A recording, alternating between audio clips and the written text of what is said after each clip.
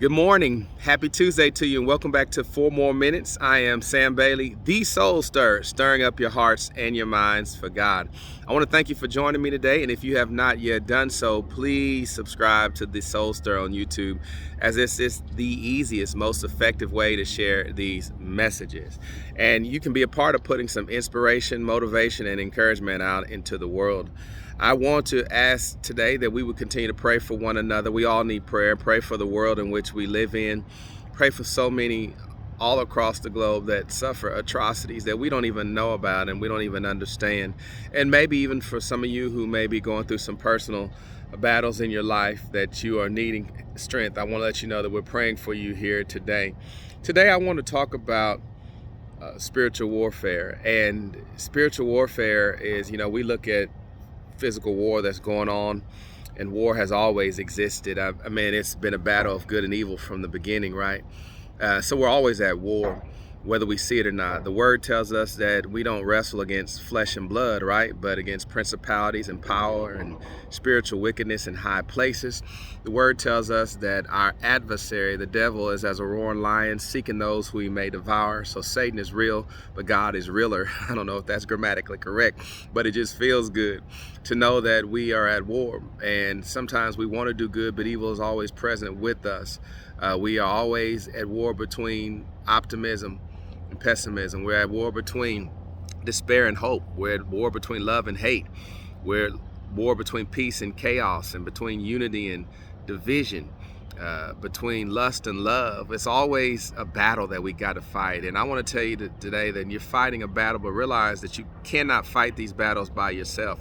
You cannot fight a spiritual battle, a battle which you can't see, the battles that take place in your mind, in the flesh.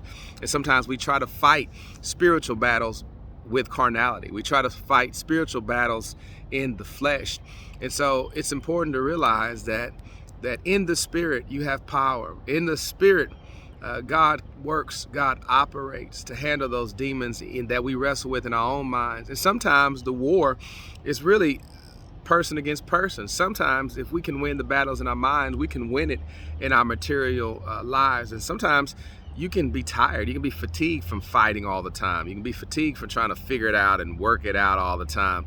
And so that's important and that's understandable, but definitely God can help you work through it, and definitely God knows what you're going through. So I think it's so important to realize that here on today. So I pray today that as you continue to fight the good fight, as Paul told Timothy, lay a hold of eternal salvation, that you would see that God is working the thing out.